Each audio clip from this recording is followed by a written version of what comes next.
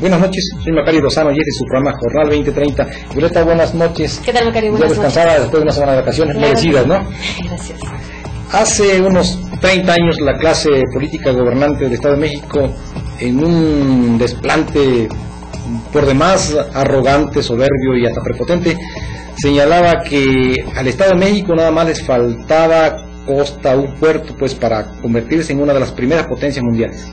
Sí, bueno, se ha hablado mucho de las potencialidades que tiene el Estado de México, ¿no? Tiene municipios muy importantes, pero también tiene otros que están en una desigualdad tremenda, ¿no? En una gran pobreza.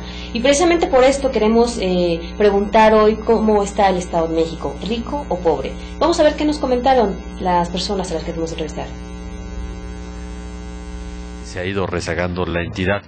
Uno es el de la competitividad, es un estado que ha ido perdiendo competitividad, está en el lugar 22, 23 a nivel nacional. Otro es que refleja muy bien cuál es la situación económica del Estado de México, es el del empleo. Somos la segunda entidad con el nivel de desempleo más alto del país y estamos creciendo a tasas inferiores al promedio nacional. Todos estos elementos sin duda dan pauta a pensar que el modelo de desarrollo en el Estado de México no ha respondido a las necesidades, a las expectativas de la población y que se debe hacer un replanteamiento importante. El primer paso a seguir yo creo que es generar condiciones para que la infraestructura, los servicios se amplíen y sean accesibles para toda la ciudadanía, pero el paso más importante está en una cirugía mayor que tenga que hacer el gobierno en todos sus niveles para facilitar y transparentar todas las acciones que permitan que fluya la inversión en la entidad. El gran articulador debe ser el gobierno del Estado de México para que municipios y federación efectivamente confluyan a este proceso. ¿Sí? Yo creo que el gran problema de esta entidad es el excesivo burocratismo y la dispersión de funciones para poder asentar las inversiones en la entidad. Claro que son reversibles y ahí tiene un gran compromiso el gobierno de la entidad. El propio gobernador del Estado de México lo señaló ya lo señaló recientemente que habría que hacer incluso 0 trámites para la instalación de inversiones, cosa que obviamente no se ha cumplido porque la Secretaría del Ramo o las secretarías encargadas de hacer esto no han instrumentado un programa que sea efectivamente un programa de ventanilla única donde el inversionista, el empresario, el emprendedor pueda llegar y con un solo trámite cubrir todos los requisitos que se tengan que hacer para este asunto. Ese es uno, ¿no? Y la otra es que se debe empezar a descentralizar la inversión para que todas las regiones del Estado de México puedan aprovechar su potencial y sus ventajas comparativas. Las partidas presupuestales que recibe de la Federación, pero también los ingresos propios que generamos no están a la altura justamente de esa relevancia que tenemos en el ámbito nacional. La concentración de la riqueza es muy notoria y aquí en Toluca vayamos por San Diego de los Padres, San Andrés Huescontitlán, San Cristóbal, y es un estado distinto al que existe en colonias residenciales de nuestro propio municipio. Ya no se diga en Metepec, donde la polarización es mucho más evidente. Nosotros no podemos presumir de tener un desarrollo económico cuando millones de mexicanos no ganan lo suficiente para subsistir, y entonces una política redistributiva a través de los impuestos y a través de los ingresos también. El Producto Interno Bruto del Estado de México representa alrededor del 10.5% del Producto Interno Bruto Nacional, y la tasa de crecimiento de la economía mexiquense es muy representativa del resto de la economía nacional. Por lo tanto, la tasa de crecimiento promedio de la economía mexiquense en los últimos años ha sido alrededor en la última década ha sido alrededor del 4.5% en términos reales. Anualizado, por supuesto. Aquí se conviven los más ricos entre los más ricos y los más pobres entre los más pobres. Lo que hay en el Estado es que no hay un reparto, ya no digamos equitativo, parece que no hay un reparto de la riqueza. Para los ricos muy ricos te podrán decir que es un Estado muy rico y con muchas oportunidades, y para los más pobres entre los más pobres te dirán que es un Estado en donde se vive y se duerme con la pobreza, se siente, es lacerante, es ofensiva. Yo las encuentro en 3 principales factores. El primero, una clase política rapaz. Segundo, esta enorme migración que tenemos al Estado de México, 400,000 personas de otras entidades al año, significa distracción de recursos. Y tercero, que tenemos en muchas regiones del Estado de México empleo muy mal remunerado. Tenemos 1,5 millones de los poco más de 14 millones de mexiquenses en pobreza alimentaria. Tenemos 5 millones con algún grado de pobreza. San José del Rincón, San Felipe del Progreso, Donato Guerra, Villa Victoria, Zacualpan, Zumpahuacán, donde la gente que vive ahí, bueno, tiene lamentablemente condiciones muy precarias. El Estado de México ocupa el segundo lugar a nivel nacional de aportación a nivel nacional en el Producto Interno Bruto, con el 10.3. El problema que se tiene es que cuando la Federación nos regresa al Estado en aportaciones y en participaciones, los recursos que aportamos, ocupamos el lugar 21. Es decir, hay una inequidad financiera.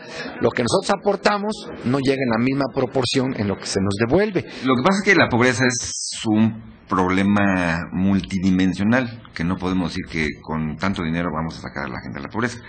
La pobreza es ancestral, no nomás es de un sexenio, de 2 sexenios, es de toda la vida. Pero en la medida en que nosotros podamos operar los programas de la forma más eficiente posible, en esa medida podremos abatir la pobreza en un futuro, esperemos, cercano.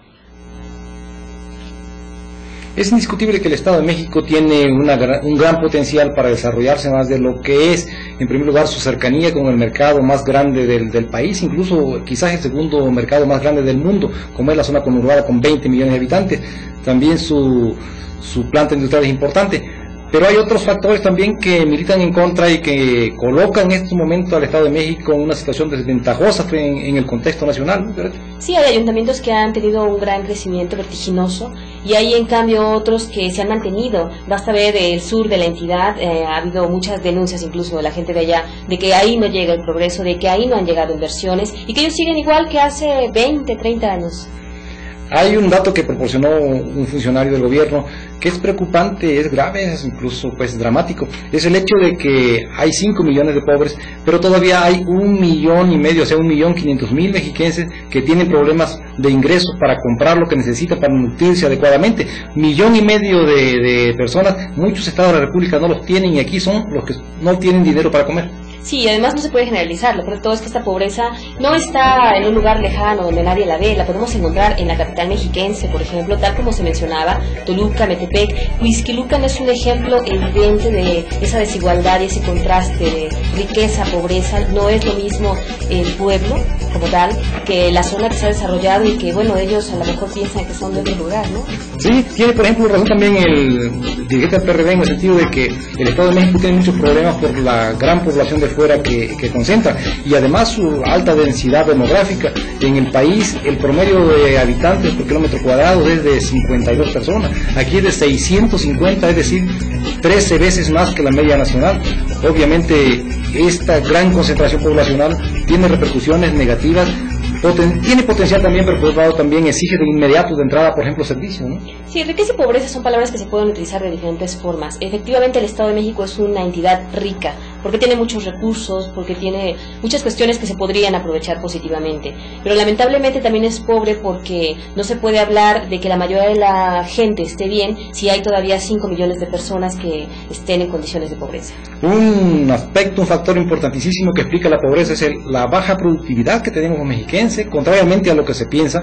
Aquí el Estado de México está como en el 23 lugar en relación a la productividad por persona, está por abajo de la media nacional y eso es gravísimo por lo que se repercute en el Producto Interno Bruto. Por ejemplo, se habla incluso con cierto orgullo de que aportamos el 10% del Producto Interno Bruto nacional, pero somos el 14% de la población. Sí, y el crecimiento, como se ha mencionado, bueno, lo mencionaba el economista, de que es menor al nacional.